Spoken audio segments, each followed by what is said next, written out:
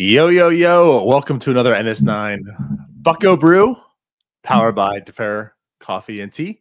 I'm your host, Anthony DiNardo. With me, of course, we have Jim Rosati. Jim, happy Monday. Happy Monday. Hope you had a How you good doing? Easter weekend. How was your Easter? Was it good? Was it flavorful? Yeah, was it hoppy? It was good. We usually we go down to my wife's side, like her mom's side of the family, for like this big brunch. So it's out in the country, middle of nowhere, middle Kentucky. So it was nice. It was a nice drive. It was a nice day. It was like 80 degrees here yesterday. Gorgeous. So yeah, had a nice brunch with the in-laws. Nice. Yeah. Sounds good. Yeah, the good. weather's turning to be very, very nice now. 'Cause even here, it's been kind of meh for a while. So I think it's like finally officially spring everywhere in the world. By the world, I mean the northern hemisphere. Yeah, it was a good weekend weather-wise. Yeah. Like if you went out to some games this weekend, some great weather for you. Maybe not so much great baseball, but great weather. No. Some might say, fortunately, you didn't attend any games. However, you did buy a fighting, and that was enough because the Pirates got swept by the Cleveland Guardians. Or I don't know, maybe it's a Tyler curse. Maybe Tyler's hatred for Cleveland just cursed the Pirates. He I talked think it's all that trash on NS9 Live. I think it's more a Pirates curse. I think it's getting to the point where there's too many curses and you have to start blaming the actual product. I'm sorry, Jim, but I'm just buying into Ben Cherington. Everything's fine. There's nothing wrong with the Pittsburgh Pirates. It's got to be you. That's basically what Ben Cherington said in his press conference. I do believe. He said And you all the use those numbers words. work out, that things will get better. This is all Jim Rosati's fault. We just need Jim to stay away. Yeah, that's basically what Ben Cherington did say. But no, I mean, we've got a lot to talk about today. So I don't want to cut too much time in here, but I mean, we're going to talk about obviously the sweep. We're going to talk about some quotes, Cutch speaking up a little bit here. And of course, we're going to bring on Anthony Murphy again, talk about some Pittsburgh Pirates prospects. Let's talk about the future, Jim, because that's always fun when you're a Pirates show. Yep. So yeah, let's definitely get into it. Opening weekend, or I should say the weekend, we had the Cleveland Guardians in town. And the Pirates got swept. I mean, I'll say this, there was some occasions where it looked like that might not happen, but the Pirates succeeded in the sweeping. Yeah, I mean Friday and Sunday they made rallies in both of those games. It just didn't end up being enough either time. They weren't able to finish their comeback. And you know we talked about it on Thursday night. Like this was a big series for him because like the crowds were decent. You had Paul Skeens bobblehead night on Saturday. You had a sellout, and they laid an egg. They got swept in front of what was really their biggest weekend of the year up to this point, in terms of fans. Like I feel like they even had more fans this weekend than they did for that Yankee series, just because that Yankee series had just terrible weather. You know, weather was nice, great giveaway, fireworks night Friday. So you had some good crowds this weekend, and it wasn't good. It wasn't good. No, it wasn't. And Paul Skeens bobblehead night with Paul Skeens pitching, yeah, you expect there's gonna be some crowds. We'll definitely talk a little bit about that as well. But I'll tell you what, before we go any further, let me tell you all about The Fair. The Fair is a family and employee-owned and operated business. They believe that coffee and tea are one of life's simplest and most accessible pleasures, and when enjoyed thoughtfully, can open your eyes in the here and now. We have 5 locations across the city of Pittsburgh, including our flagship in the heart of Pittsburgh's historic Strip District. To learn more, check us out on Instagram or head on over to thefair.coffee. And Jim, I'll tell you what, as we said last week, Same thing applies all through April. You can get 30% off your first purchase at thefair.coffee using code NS930. So I know you bought your coffee. I got my coffee. It's good coffee too. I was very happy with my purchase. So yeah, if you haven't yet, use that promo code. Should support our sponsors. If you like coffee, if you like tea, they've got all kinds of stuff. NS930, 30% off your first order. And they do it to you. And if you're local, it's a free delivery. That's true. That's correct. If you're local, unlike us, unfortunately, we are not local. If you know anything about NS9 Live or NS9, we are just not local.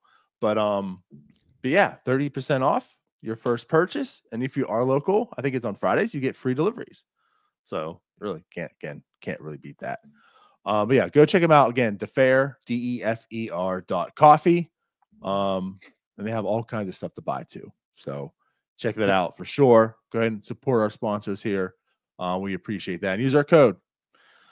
So, Jim, do we want to get into Cutch? Cutch? Yeah. I mean, there's a lot to talk about this morning. So yeah, we gotta hop in here. I feel like Cutch is frustrated and it's coming out. And like this is a guy who kind of just stays quiet. That's like the one thing we talk about his leadership. And a lot of like the leaders in this clubhouse is they're kind of quiet. It's kind of like the hey, just do what I do type of thing. He's chirping. This guy, I think it's kind of started chirping ever since he started taking grounders at first base because he says, I want to try to get myself on this field and play because I'm not playing. So yeah, like what do you make of this? I mean, he's talking about selling the team chance. He's talking about basically him playing, about him not wanting to ride out and retire as a loser, you know, and basically like let's like my body's here. I want myself to be done. Use me, get me in this game. Yeah, I think what this is just showing you is that the fan frustration of just what we're seeing, it's bleeding into the locker, it's bleeding into the clubhouse. And I mean, I just want to read some of these quotes because they're pretty good. If you haven't heard them yet, you know, I'll read them, but also read the full article. This is all on Kevin Gorman's article on triblive.com. But he says, you know, when asked about the sell the team chance, I understand where they're coming from. I've been here long enough, so I get it. I just hate it for the guys who haven't been a part of it and haven't been here for very long. They're like, man, these people seem pretty upset. You've got to go out there and try to perform and do well when there's this cloud over the team. And then he goes on to say that, you know, obviously everyone's trying their best. It's tough when you've got these sell the team chants going on and you're trying to compete and do well. He says it's just hard no matter what. You've got all this going around. You're trying to focus on doing one thing.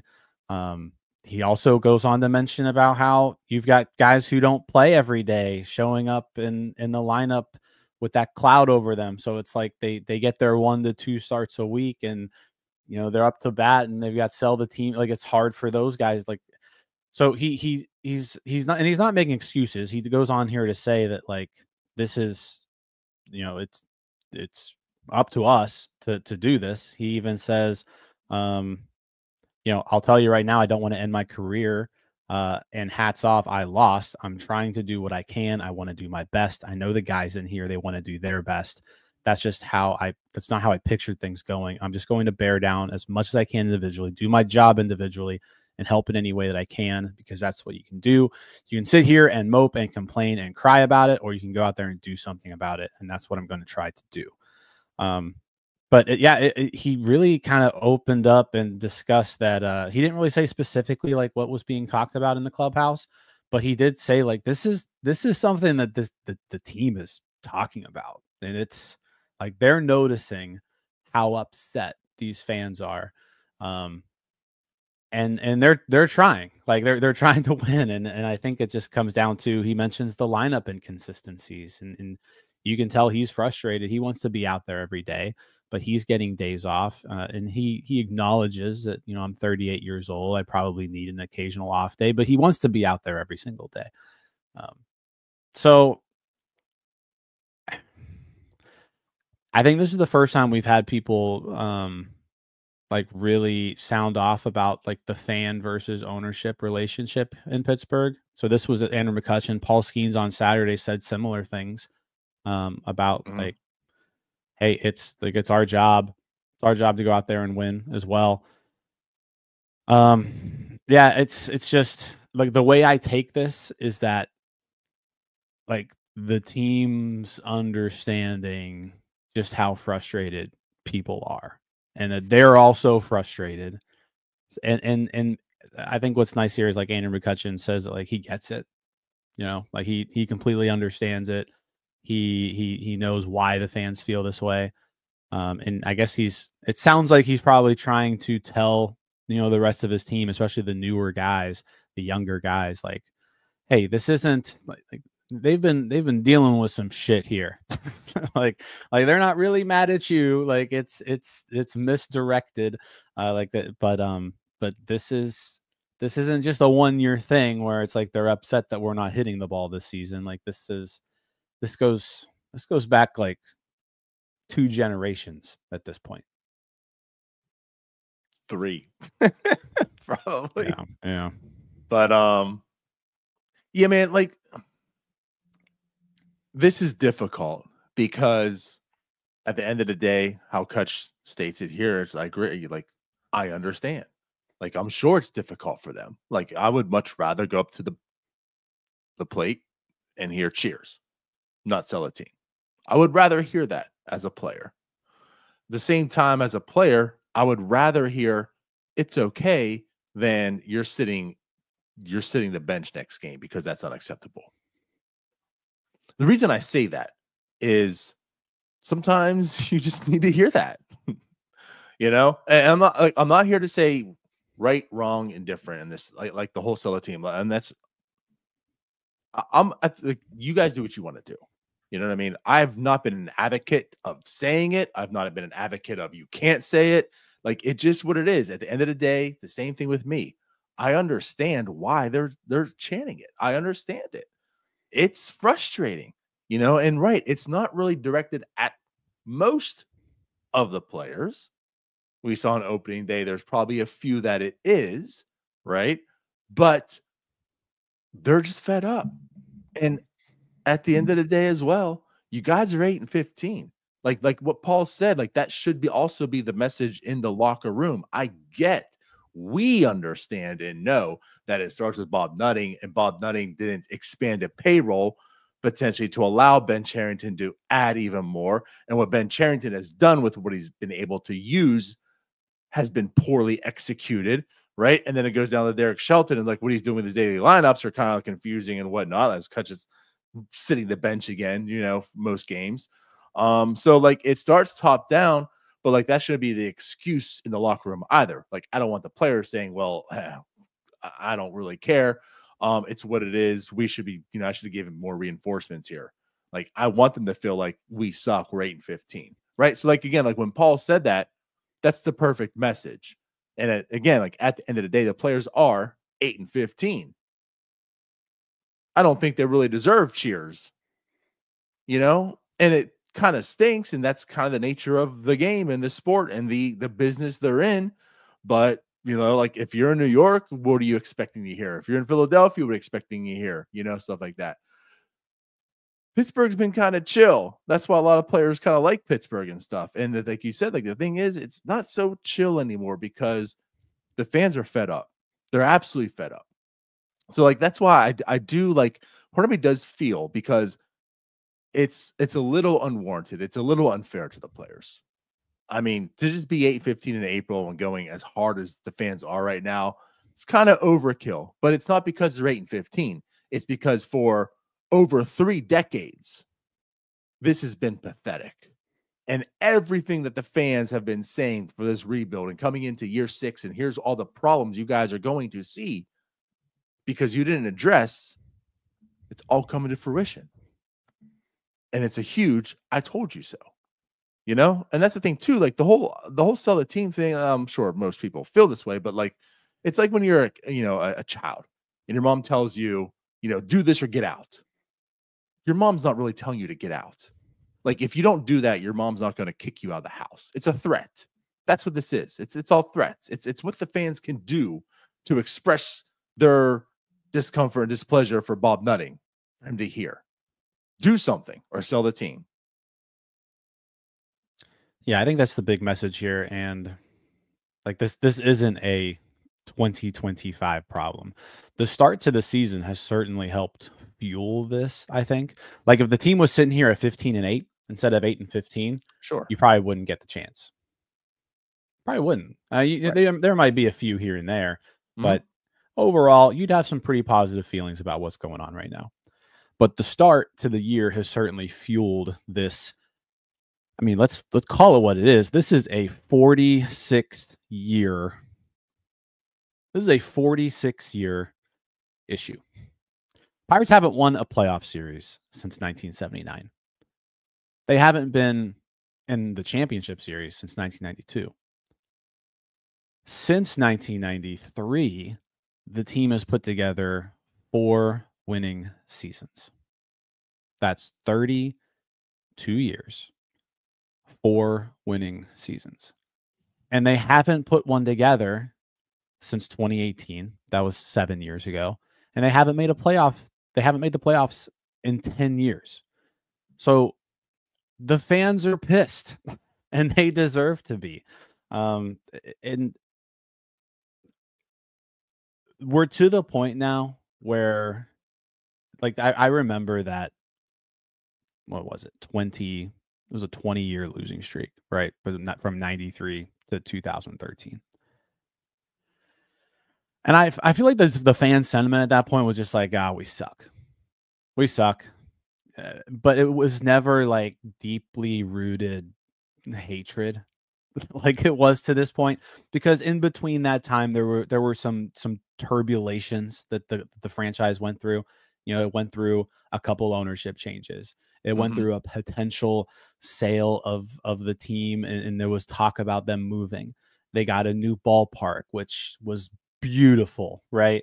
Right. So like there were things that happened during that 20-year stretch, I think, to kind of, I'm not saying there were built-in excuses, because I mean you can't really excuse 20 years of losing, but there were things where the fans, you kind of kept the fans appeased from time to time. There were a couple all-star games in there. Like there was fun stuff going on. None of this is fun. This fan base hasn't had fun since 2015. And I think what happened is like we got a little bit of taste of like what that fun could be like and how awesome it is to have fun watching your favorite baseball team. And we've now gone 10 years without experiencing that fun. And we're fed up. I mean, we're fed up. Yeah. But like, also, don't you think, I mean, I guess I get the perspective of we had a taste of fun, right? You had those 2013, 14, 15 wild card years. So you had that taste and now fans want it. And that's why there's up. But I guess I kind of look at it this way, where the fans were more apathetic back then because there wasn't really much hope. I mean, there were maybe some years during those 20. I mean, I guess like, you know, when Reggie Sanders was there and Kenny Lofton, there was a little bit of hype, you know, a bit. That was fun, but that was it. And there wasn't like a true, like, oh my God, like we need to do something. That changed. That changed when Paul Skeens came over and he pitched last year, and you saw the generational talent that he presents and what, you know, like just what he is. I mean, Cutch was that also, to a lesser degree, obviously, but like Cutch was the dude, right? But the thing was, you saw the supporting cast. There was still, I think, a lot of people who were disbelievers because it's a prove it and then I'll believe it situation, right? But you saw something, like you saw some magic coming, and then 13 came and it was like, okay, this is magic. You know, even 12 was like, this could happen. You know, this is 12 I was know they had a different. Yeah. monumental collapse, but 12 was like, okay, I'm kind of believing in this because you're seeing things happen. They're playing well. They made a trade at the deadline for Wandy Rodriguez, right? They didn't deal guys away, and it's like, oh my God, look what's happening here, right? When you have Paul Skeens and you have this offense or off season, and it's just like this team should be doing something, and they're not. Like that's why I think it's so the boiling point's melting over, because like they Yeah. are just this is just incompetence now. Like there is real hope. You guys can really be doing like the fans believe in this, like this player and what this team can be for once. And it's at the mismanagement of this ownership group and front office that they're not. And again, like I think that's really what it is. And it just comes down to like, does Bob Nutting truly care about that? Yeah, no, I mean that certainly plays a role, and you're seeing the national media kind of talk about that too. You've seen Passan go on Big shows time. and discuss it. So it's yeah, I agree with you. I agree with you. Fans notice that, hey, we've got this generational pitcher. Fans also understand the economics of baseball and that he's not going to be here very long. Like Right. I think Right. everyone is pretty resigned to the fact that, hey, like they're not signing Paul Skeens to an extension. It's not going to happen because he's going to break every record imaginable when it comes to pitching contracts. And the Pirates simply aren't going to be able to match what other teams are going to be able to do. I think that's and I think that's even fair. Like I don't think anyone's here expecting the Pirates to go out there and give Paul Skeens like a 15-year, $800 million deal. Like, sorry, they probably can't do that. They probably can't. And so fans are understanding, hey, we've got this guy for a limited amount of time. We need to do something in the limited amount of time that we have him here. And what they did this offseason was unacceptable. It was unacceptable. You needed to add to this offense. That was clearly the problem. And you went out there and you acquired a guy with a chronic wrist problem who hasn't played yet because of a wrist problem. And you went out there and you got an old aging Tommy Pham who's hitting what 130 somewhere in that ballpark, and an old aging Adam Frazier who, to his defense, is playing his ass off at second base. He's been thrust into a role where he's had to play a lot more. He looks very good defensively, and he's made some game saving plays throughout the season. But Crazy, by the way. But he's not the hitter he used to be. He really probably doesn't deserve to be anywhere near a lineup on a team that's competitive in Major League Baseball. And I think that's proof by like he's here on a 1 year, $1 million deal. Like we were probably his only choice when it came to a team offering a major league deal to this guy. So yeah, it was an unacceptable offseason that they put together to prepare themselves for this year. And the season has started in the worst possible way for them. And all it's done is just reinforce everyone's idea that they didn't do enough this offseason because we all knew it. And now they're showing it. And yeah, it's boiled over. And I think this transitions to our next topic, which is like, I think this fan relationship, like before this year, I always thought the whole sell the team stuff was just noise. It's just noise. Yeah, we're frustrated. It's Bob Nutting. We don't like him. I mean, in my Twitter bio, I say, Bob Nutting should be in jail. Like it's a joking thing I say, but it's like I don't like the guy, right? None of us like the guy. But I feel like we're to the point now where like this relationship between us fans and the owner, like it's irreparable damage. It's done. I don't know what can be done at this point to save the relationship between the two groups. Oh, I know. Winning, but then you're looking at what winning is the answer, but then it's like you don't see anything on the horizon that resembles that. And I think the fan base has now realized like our only option is for this guy to go. And I don't know if that necessarily changes anything, but I think for the first time ever, like I said, I was always very dismissive about this sale the team, sell the team. People would be saying, and right. SALE, by the way. Yeah, right. They wouldn't even use always it, but it's comments. like, but it was always like, this has been a message that people have been shouting for 10, 15 years, but we're to the point now where it's like, you can't just ignore this anymore. Like, crowds of 35,000 people are now chanting this. Sportsnet Pittsburgh is forced to mute their crowd mics. You know, you got state propaganda now, essentially, trying Right. to silence the people. That is what they're doing by muting fan chants. Like, I'm not saying it's going to actually work, but like, it's as close as it's ever been to actually working. If you're Bob Nutting and this continues, I don't know. I wouldn't want to hang around. Like, it's getting to the point now where Bob Nutting can't be comfortable in his position. It seemed like it was a novelty for quite some time. I mean, we had even way back the people wearing like the brown paper bags, and I forget like what their unified name was at the time, right? And there's been like the walkouts. There's always been like some type of message, and it's gone. Next day, it's gone. Who cares? Whatever, right? You're absolutely correct, man. Like that's what's dangerous about this. If you're Bob Nutting, right? If you're the Pirates front office, this isn't going away. This is something that Pittsburgh fans are pretty unified on. And of course, it's not everybody. And again, like I get that. To each their own. I understand if you want to, I understand if you don't want to, whatever. Like if I'm in PNC Park, personally, like I'm not going to be chanting it. But the person that's next to me doing it, like, go do you. Go. Like, express that. You feel this way for a reason. And guess what? I understand why you feel that way. And the reason you feel that way is absolutely valid. And you're seeing it. It is every game almost at this point in time.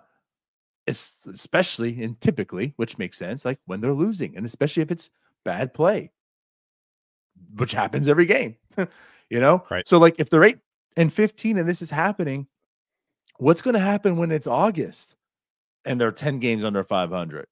And then in September when they're 15 games under 500 or whatever, like nothing's stopping this. Like you're saying, like, I don't see any change in the future. And because the way this team is, I'm not so confident that there's much change in the team to prevent this. Again, like what reinforcements are really coming? What problems are going to be fixed? Are the problems that we said they're going to have, and they're having them. So I don't know. I'm with you though. Like I feel like the only thing that could help repair is you see some fundamental change, and that fundamental change is probably some heads being gone. Whether that's just Derek Shelton, I don't know if that's going to be enough. Yeah, I think we're to the point now where we need to start talking about the hot seat of a few people. Starting number one, like I think Ben Cherington obviously is on the hot seat, but that doesn't typically, that's not typically how these things work. There's kind of like a hierarchy of who goes, and Derek Shelton is at the forefront right now. Like Derek Shelton is the manager of this team on the field. They were supposed to win this year. It's time to win is the quote, right? Like that's the quote that everybody knows from the beginning of the year, and they're not winning. And you're seeing that Derek Shelton, and he's saying it after every game. He's like, I don't know the answer. Like Derek Shelton doesn't know the answer to the problems this team is having. He's flat out saying it. Like he's almost like resigned to the fact where it's like, yeah, we aren't hitting, and I don't know why. And I don't know what to do to fix this problem. It's just going to have to fix itself. That's not really an answer that people want to hear. This road trip coming up, and we'll talk about this road trip coming up. Right now, the Pirates' playoff odds are sitting right around 4%. They started off the year around 22%. Like, this team's almost done. And it's April 21st. They're almost done. Done for. Stick a fork in them. The Cubs look great. Looks like the Cubs are going to run away with the division. And this is an NL Central division that, like, you're probably not getting a wild card team out of this division if you look around the rest of the National League. Oh, right. So, like, you got to win the division. And you look around the division and you're like, all right, I think the Reds and the Cardinals, like, if some things go right, we could probably compete with those guys. By the way, the Reds just swept us and put 24 runs up on the board yesterday. Correct.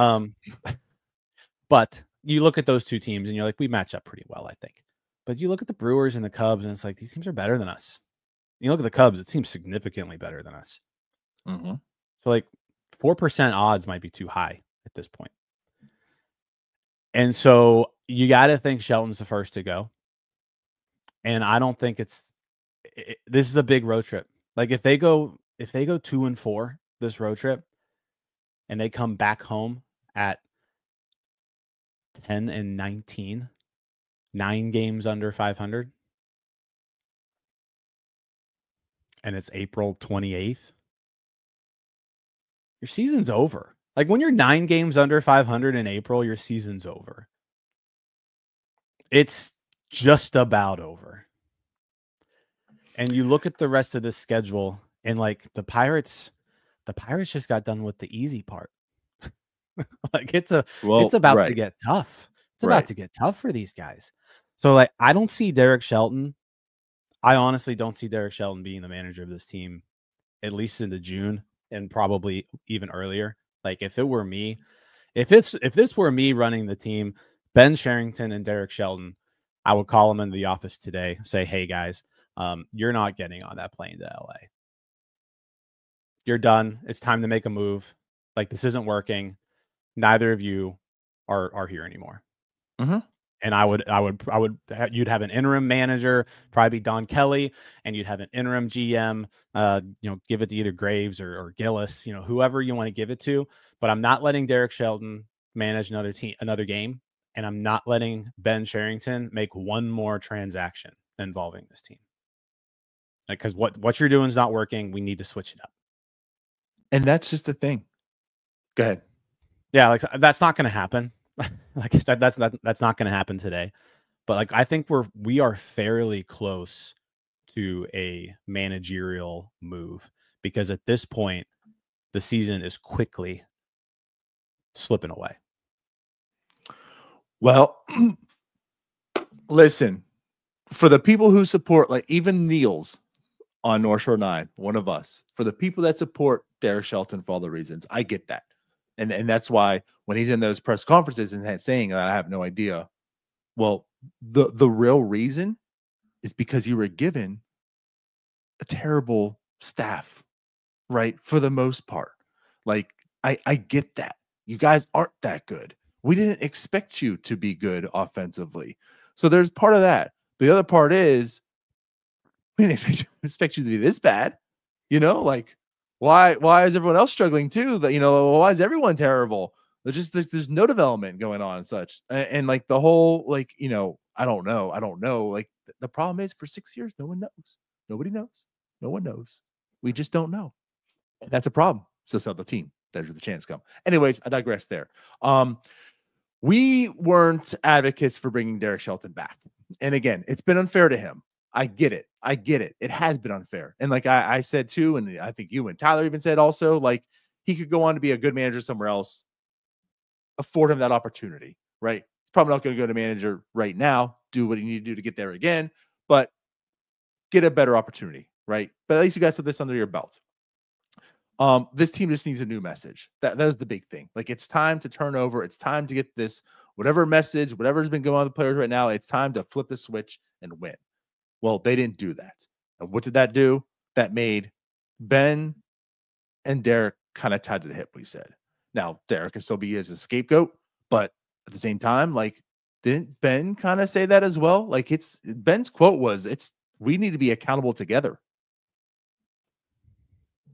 Well, then maybe together you guys need to go because it's 100%. Like what you're seeing, the reason that they're 8-15 isn't entirely a Derek Shelton problem. The reason they're 8-15 is mostly a Ben Cherington problem. I'm 100% with you, man. Like they both have to go because there is no turning this around. I think it could get better potentially with Derek Shelton gone. I think actually it's going to get better also. I mean, 8-15, I don't truly think they're this bad. Like there is some level of truth to what Ben Cherington said, but all that really means is like they're probably at best a 10-13 team right now. That's the problem, right? It's not as if like things are going to flip, things are going to turn, and then in a month from now we're talking about a team that's 2 games above 500. It's just no, things got corrected, and now we're 5 games under 500. You know, like that's the issue. That's a Ben fault. So I just think like you need to make that determination as soon as possible. And when you've come to that determination, act on it. I don't think this is getting any better. And if it's not, why keep both of them around? And if there's one thing that we know about Bob Nutting, he doesn't like to be embarrassed the way he's been embarrassed. And he was embarrassed a lot. And you saw the whole regime go. And this one came in. And he's been getting embarrassed a lot recently too. A lot. And he's not happy. To the point, Jim, that he's paying extra dollars to give all the fans bobbleheads. That's how embarrassed he is. You've embarrassed Bob Nutting enough that he's going to spend more money. You're costing Bob money. In multiple ways. Not he's spending more money on bobbleheads. He didn't get money for the Surfside ad. He did. I mean, I would imagine they gave that money back because it's like, sorry, Surfside. Right. The people of Pittsburgh hate you now. Right. You know, so yeah, I mean, he's losing money. Bob bucks. He's being cost money. Yeah, he's losing money. Right. So I don't know what's going to happen. But like you said, this road trip, I mean, it's in LA. Those are tough teams. I don't anticipate the Pirates winning any series. So what happens when they come back? TBD. Yeah, I would make the move today. I don't think it's going to happen. But, like, I don't think we're far off here. Like, I think we're getting to a point where you mentioned it, and there was a comment in here where, like, you know, I don't think Nutting's going to do anything because he was like embarrassed into doing it. Like, he's embarrassed now. He's embarrassed now, and he should be. And so now that he's embarrassed, like it definitely puts more people on the hot seat, and those people are Derek Shelton, are in order: Derek Shelton, Ben Cherington, Travis Williams, most likely. And I would imagine Travis Williams is still probably the safest of the three, even though he had just a terrible start to his year.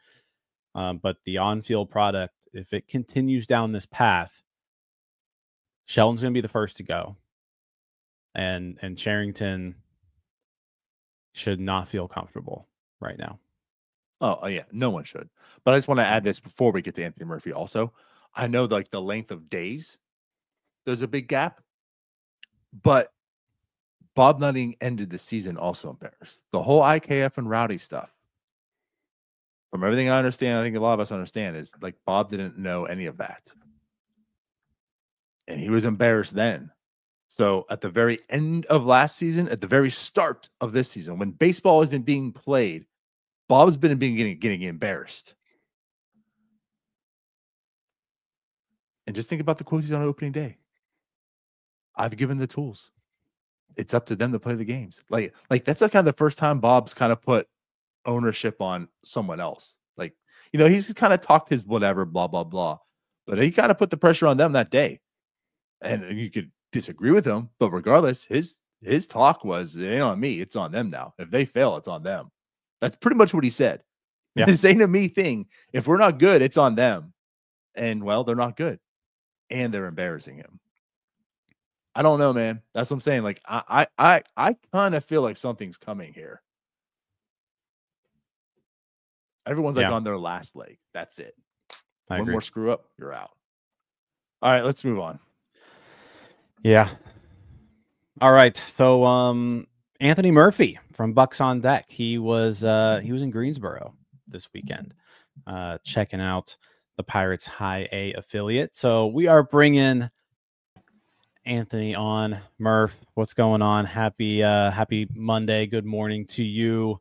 Are you back home, or are you still at your hotel? No, I'm back home. We came home after the game yesterday on there. It's only like a 3-hour trip from Greensboro to the house. So Oh, nice. Good stuff. Yeah. Good stuff. So you spent the whole week in Greensboro. So let's just kind of let's focus on them.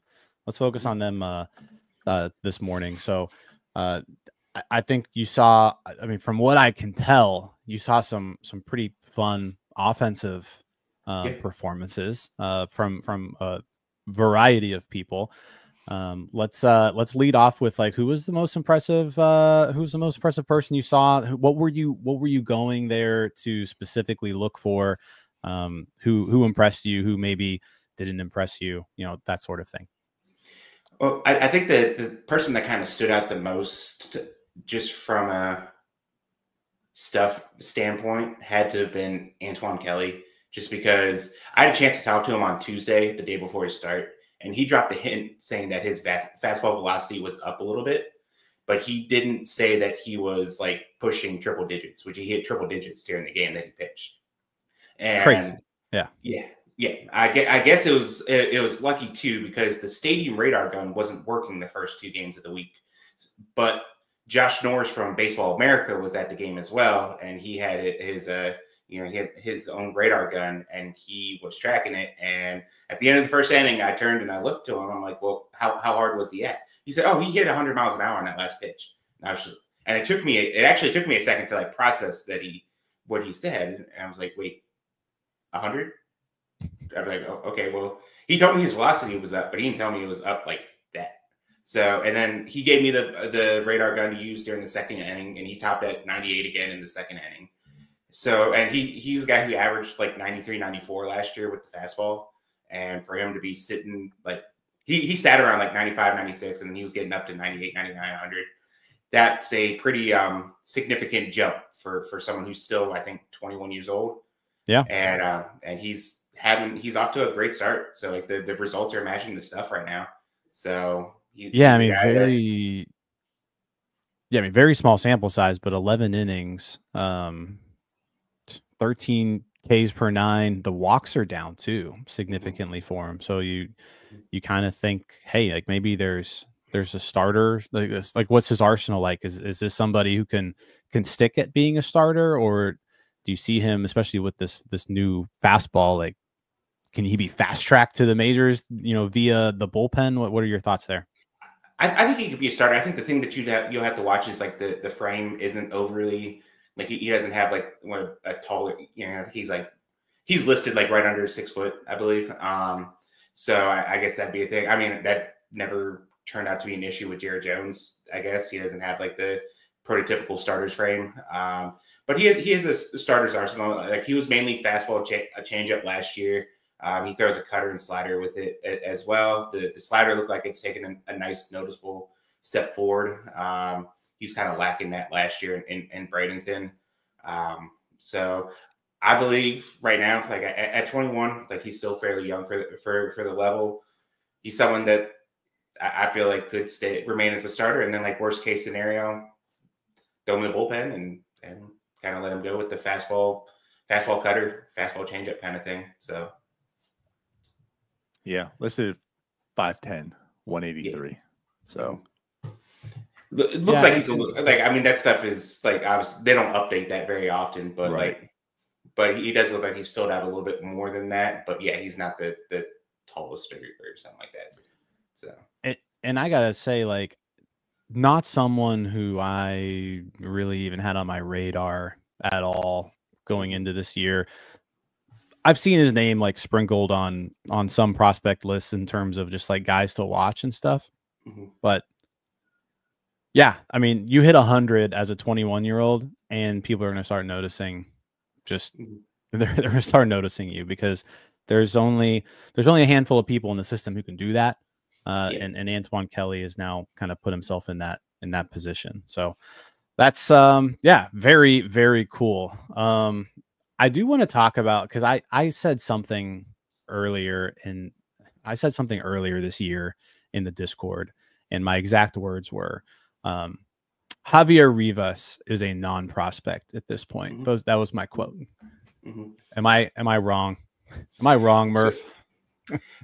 I will say, like, yes, he was always a guy that intrigued everyone over at Bucs On Deck just because he's a fantastic defender. I would say he's probably the best shortstop defender in the minors, maybe like in the entire system, just in general. At 6'6". Okay. Yeah. And he's like a legit defender. Like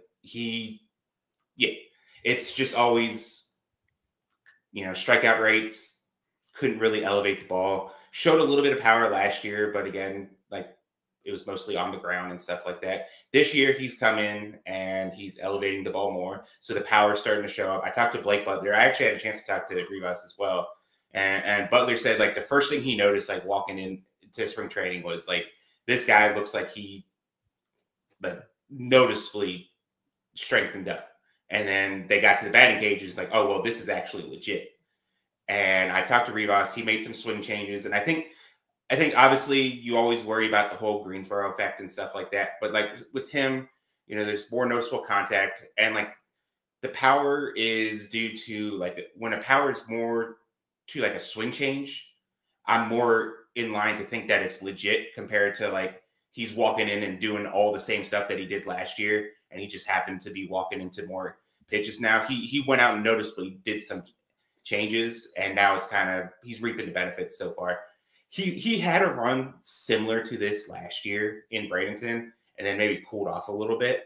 So, like, I guess you'll want to monitor that going forward. Maybe he's just off to a really good start. But jumping up a level that he did struggle at the end of the year when he did move up again. Yeah. I mean, he's a very exciting guy to kind of watch to see maybe if this is kind of something legit. Yeah, I mean, he's a guy who's not on prospect lists. He had a dreadful 2023 campaign. Like his first kind of shot at full season ball was just it was bad. It was very bad. Last year, like you said, he kind of flashed some power for a 21-year-old, but the swing and miss stuff was still it was still all there, and so you didn't really get too excited about it. But yeah, so far this year, I mean, very small sample size, 13 games, but the K rate is way down. It's sitting at 23%. It was at 32% last year.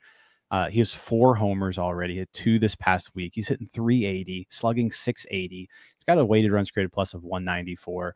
So in the fact that if he can play defense at shortstop, like that just automatically makes you a little bit higher profile of a prospect, because there's just not a lot of guys who can do that. And he's always been like the frame is like, you look at him and if this guy can put it together, there might be something here. And so just someone where like I had written him off completely, and now it's like I said, it's 3 weeks in, but it's like, maybe I shouldn't have written this guy off. Maybe it's time to at least like pull up his Fangraphs page every week or so and just kind of see what he's doing is kind of where I'm at. He's back on the radar for me. Yeah. And he's a guy that doesn't even need to hit like to this extent to kind of move up either, because of the defense. Like even if he crashes down to earth a little bit, which like the numbers he's putting up right now, like there'll be some regression to it. But because of the defense, it like he can still remain a very intriguing person as he continues. Yeah. Don't want to take up too much of your time, but I do want to talk about the 2 top prospects in Greensboro are probably Omar Alfonso and Christian Curtis. I think that would be what I would say. So tell me a little bit about Omar Alfonso, what you saw at him this week.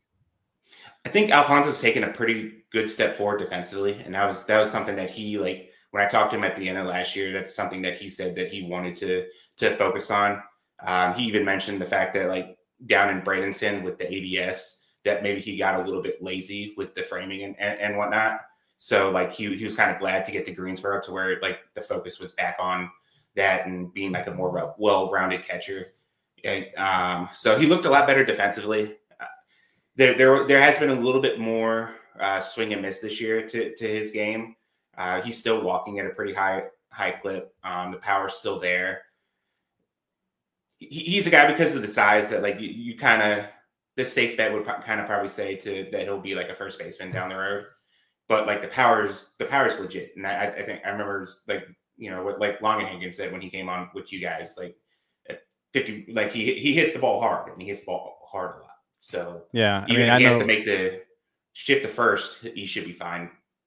Yeah, I think Eric's quote on Alfonso was like, if this, I mean, he's 21 years old, and like if this guy was an SEC catcher, you know, and he was doing what he was doing in the SEC at this age, like everybody would know who he was. Yeah, Like that's exactly. kind of where he's at.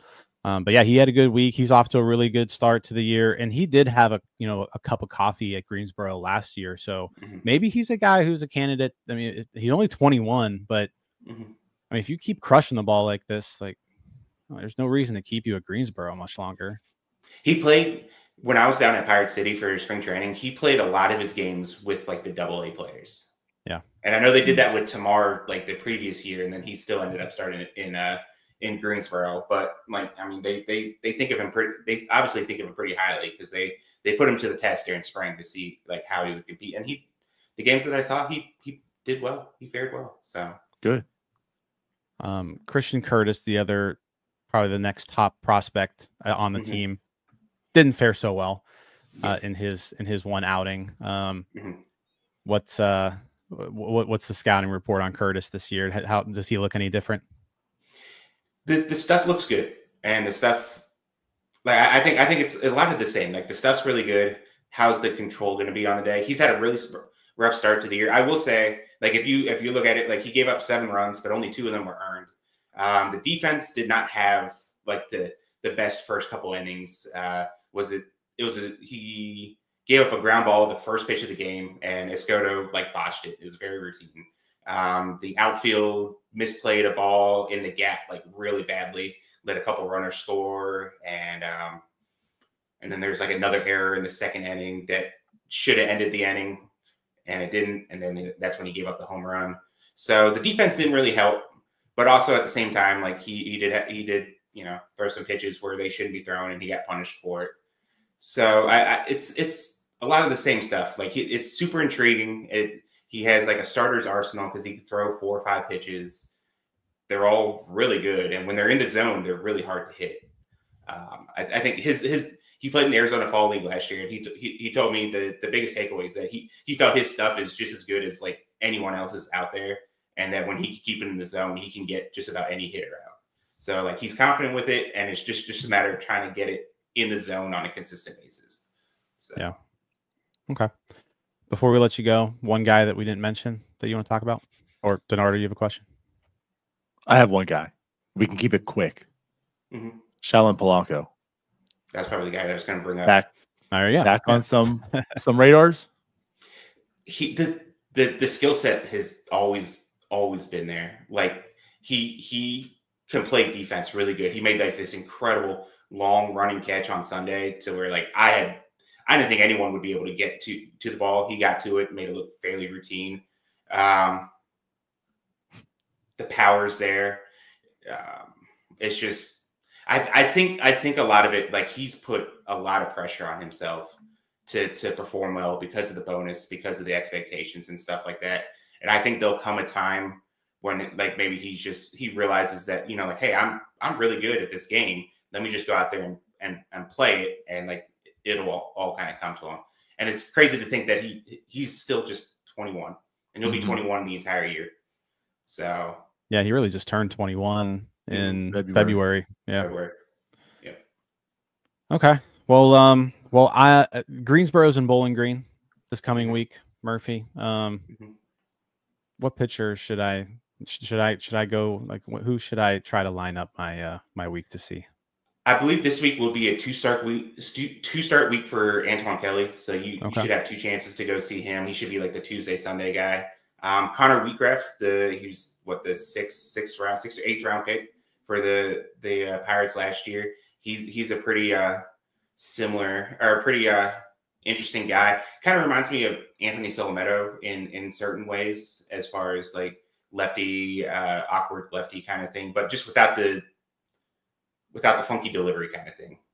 Okay. So good stuff. Yeah, I'm gonna try to catch a game or 2 this week. Okay. I'll text you the starters, what they should be. Love it. Appreciate you. All right, Anthony, where can everybody find your work?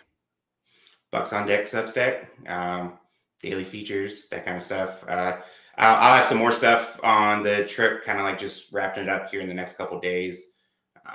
I know everyone loves Ethan's stuff. I know Ethan will have something out within the next day or two as well. And then also DK Pittsburgh Sports and Baseball America. Awesome. Well, hey, appreciate you coming on this early. For You sure. had a long drive yesterday, so you can go back to sleep. I think I slept half of this. We split the trip, and my half I slept the entire way. So there you go. Do it. Good to go. Yeah. All right. Appreciate you, Murph. All right, man. Thanks. Have a good one. Cool. There we go. Little Greensboro Grasshoppers scouting report. So yeah, I'll say this: everybody's hitting at Greensboro, which is kind of the story of Greensboro. It's a boom box down there, but everybody is hitting. Yeah, seems to be where it stops. Yeah. No one hits after Greensboro. That's it. It right. lulls Enjoy it everyone now, into buddy. a false sense of security. It's like, oh man, I can really hit. And then you get to Altoona and it's like womp womp. Right. So yeah. So Anyway. I think there's a few people there to watch. And I think there's some mid-season promotions that could be interesting to Altoona, where again, like, and Murphy said this multiple times, like once you get to Altoona, that's when it's really time to start like determining if you're a legit hitter or not. Because yeah, I feel like Bucco Mike can hit, 800 OPS in Greensboro. Probably. If you give him a few hundred at bats. But Bucco Mike is the athlete, so it's Yeah. not totally fair. But yeah, no, that's cool. I see that, again, he saw him in person whole week there, get some feedback. We don't talk about them that Greensboro, I think, too much. With the current Pirates team, it's mainly AAA because that's where everyone's focused on right now. Maybe even a little bit of AA. That's about it. Because we need the reinforcements. So that was cool. But I guess to pivot back into the Major League world, Pirates are flying out to LA. They're playing both LA teams. They're playing the Angels and the Dodgers. So we'll preview the Angels series here. And Jim, I guess a couple things. Trout's back. Now it's not maybe back. vintage Mike Trout entirely, but he seems to be very much back. The LA team isn't really, all that bad. Like the offense is kind of there. We're going to see some old friends on the pitching staff.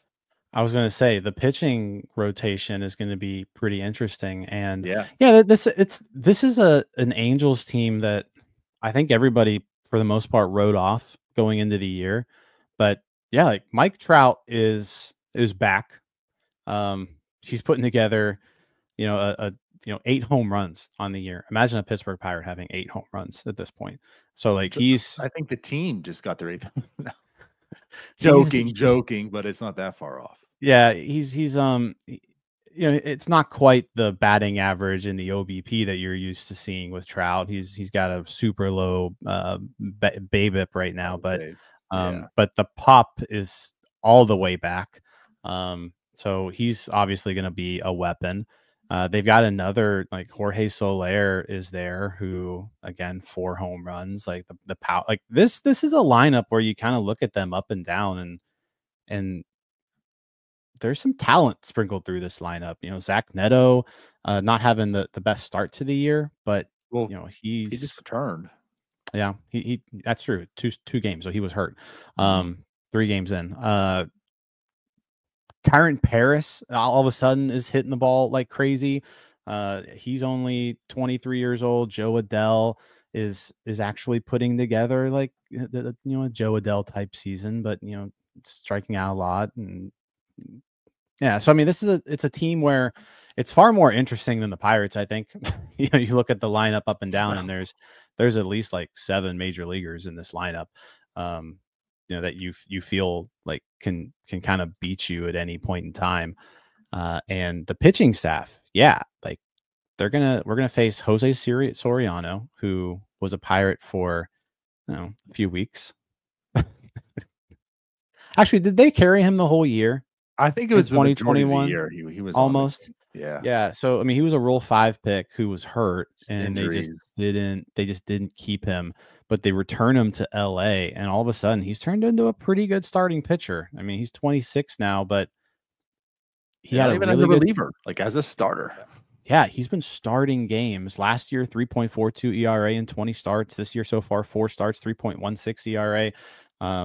Sinker, curveball, slider. Like he's turned himself into a nice little starting pitcher. And then also Tyler Anderson, we'll be facing, who he's coming off a really really good start. He hasn't given up a run in his last 2 starts, Tyler Anderson. So some familiar names that we're going to be facing in the pitching staff. Jack Kohanowitz is also sprinkled in there in between the two.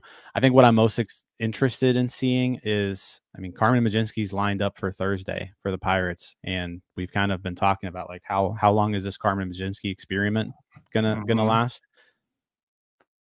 Is it gonna look any different this week, or are they gonna try to do the same thing again where they try to get length out of him? Because if it's me, you don't try that again. Like I'm cool with him starting the game, but like you're not going past the 3rd inning, pal. But so like I'm with you, but I'm not totally against him, air quotes, starting. But if it's more of like the opener type, where like maybe, like you said, he's 2 innings or just first time through. Hopefully that's at least 2 innings. And then Joey Wentz comes in. Like that just seems like a very favorable piggyback starter, opener, however you want to put it, just combination of those two. I don't know though. We'll find out. I just have this feeling that it's like, hey, no, he's our starter. He's going to go out there until he doesn't anymore. But I guess that'll give us one more game of sample size as well if he does. And again, so far it's looking as if like he's not a traditional starter. So we'll find that out. But like I'm with you, it'll be kind of interesting because Jose Soriano is kind of like the one that got away, and I totally get it. Like he just wasn't healthy. They moved on from him. It was kind of intriguing when they picked him up, whatever, and how he's showing why he was intriguing. He's been very productive as a starter for the Angels. And yeah, Tyler Anderson, Tyler Anderson's still around. I mean, again, we talk about with Cherington, like the one thing you give him credit for is he has been able to develop some pitchers. He's been able to find relievers, and he's been able to bring in like one veteran lefty that has been productive. And he signed a nice solid deal with the Angels, and so far he's been pretty productive as well. But yeah, like on the offensive side, I do want to bring up though, Paris has been struggling mightily recently. Paris had that hot start. He's been pretty bad as well lately. So hopefully that continues, because if there's anything that Pirates do need, it's a bad Paris. Yeah, he's gotten 2 hits over his last 8 games or so.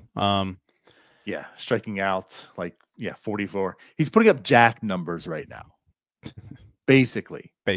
Yeah. So yeah, I mean, it's a league average offense. If you look at it, weighted runs created plus of 97 as a team, so they're pretty much just leaps and bounds better than the Pirates. It's just leaps and bounds better than the Pirates.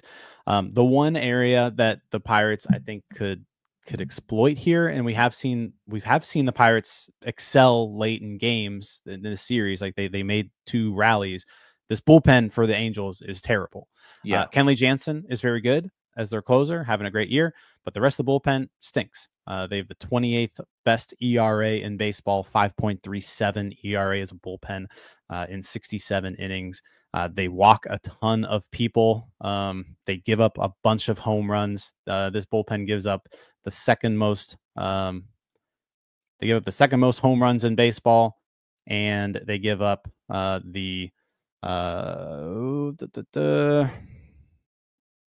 walks. There are 8th most, but their ERA is, I said, 3rd worst in baseball. So if there's something that you want to kind of look to see this team do, you want to make sure that this game is close.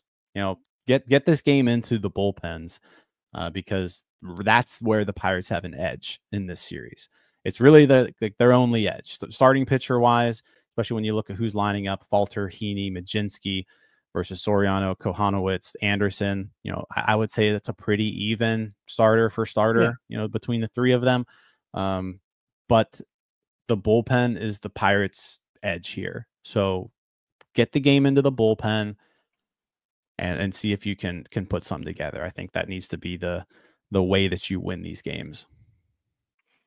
100%. 100%. Put it out there. Jansen has a 0 ERA on the year. There's 2 pitchers in this bullpen that have pitched more than 0.1 innings that have under a 4 ERA. And it's Jansen with a 0 and your boy, Reed Detmers, who's been relegated to the bullpen now at a 2.7. The next best is Ryan Zephyr Hahn, I believe the name is, at a 4.05. And then after that, like it's 5 ERAs and above. So like you're saying, like it's bad. Jansen's really, really good, but he's the closer. So if you don't allow him to be in the game, the pitching you can feast on for relief. So yeah, if you can keep it close, and like you said, the Pirates have found some ways. It's always seems to be one big inning. But yeah, like they find a way to at least claw back and make it look interesting sometimes. So they can keep it at least close, like the Cleveland game. Just don't have also like the other implosion, like a Kyle Nicholas, and give up 5 more to the Angels, then still put yourself out. Keep it close. Keep it close. There is a chance. But at any rate, yeah.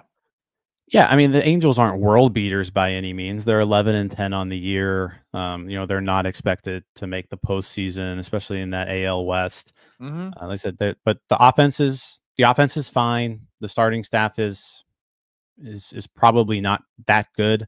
You know, they are pitching fairly well right now. The Pirates miss Kikuchi, which is nice. You don't have to face him.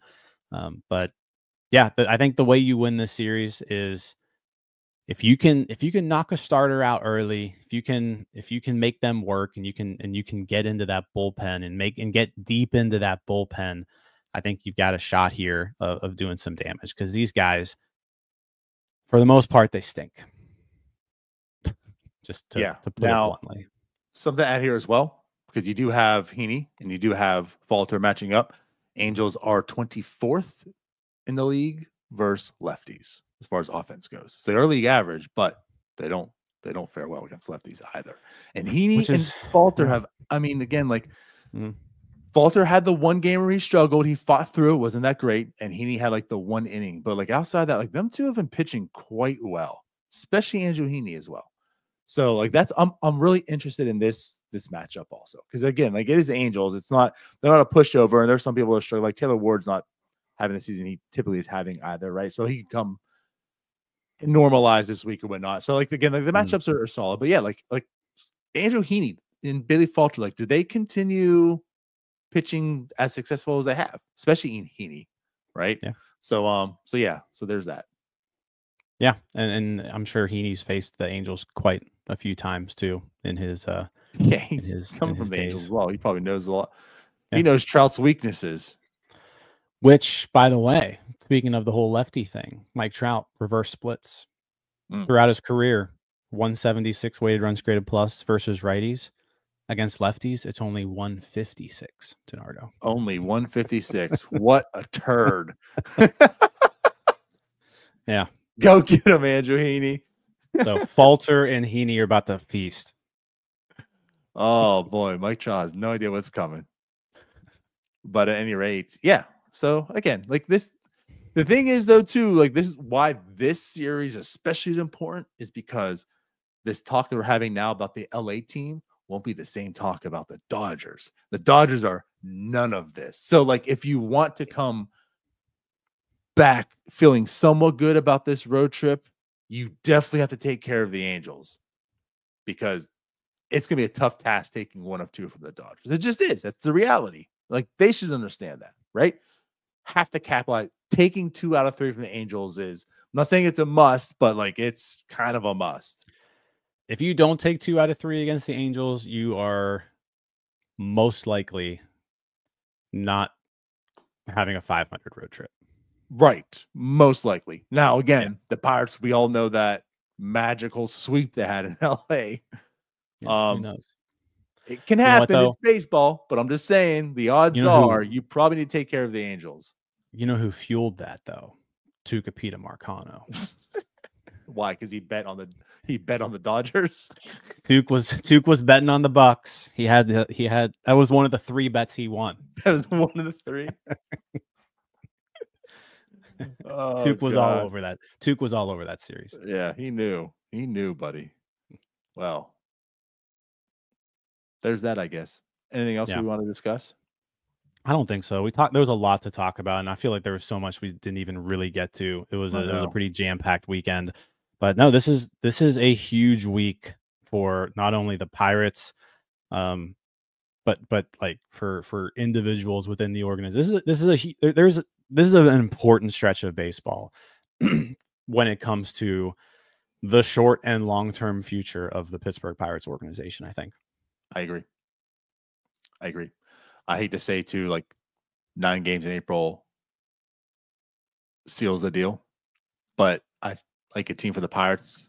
It kind of probably does because there aren't those expectations. Like if this was the Dodgers, you would say this really sucks, but this is the team that can fight through it and turn things around. It is just April, but this is a team like the Pirates who, I mean, most people were putting expectations like maybe a 500 team, the way they're constructed. So, like, if things normalize, then they're a 500 team, then they're still under 500 at the end of the year, most likely. But yeah, so that's why, like, it's very important. Yep. Well, this is a super important stretch. Let's get out of here. We appreciate you all. We'll be back, of course. They're off tonight, so we'll be back tomorrow when the Angels and Pirates kick off their series, and we'll see you guys then. So do all the fun stuff. Go ahead and like. Subscribe, go to defair.coffee, get yourself 30% off. NS930 is your code. We'll see you. Yeah, late nights too, all week. So we'll stay up late and hang out with us after the games. It's going to be a fun time, fellas. Yep. All right, we're out of here. Bye-bye. See you guys. All right, that wraps up this episode of North Shore 9. Thanks so much for tuning in. Whether you're listening on the podcast or catching us on YouTube, if you enjoyed the show, please give this video a thumbs up and don't forget to hit that subscribe button if you haven't already. It really helps us grow. And if you're listening on the podcast, a quick review goes a long way in helping others find the show. Plus, be sure to tell a friend about us. There's always room for more here in the NS9 community. And for those looking to support us a little more, consider joining our Patreon, become an MVP member, and get exclusive perks while helping us continue to bring you more of the Pirates content you love. Thanks again for all your support, and let's go Bucs.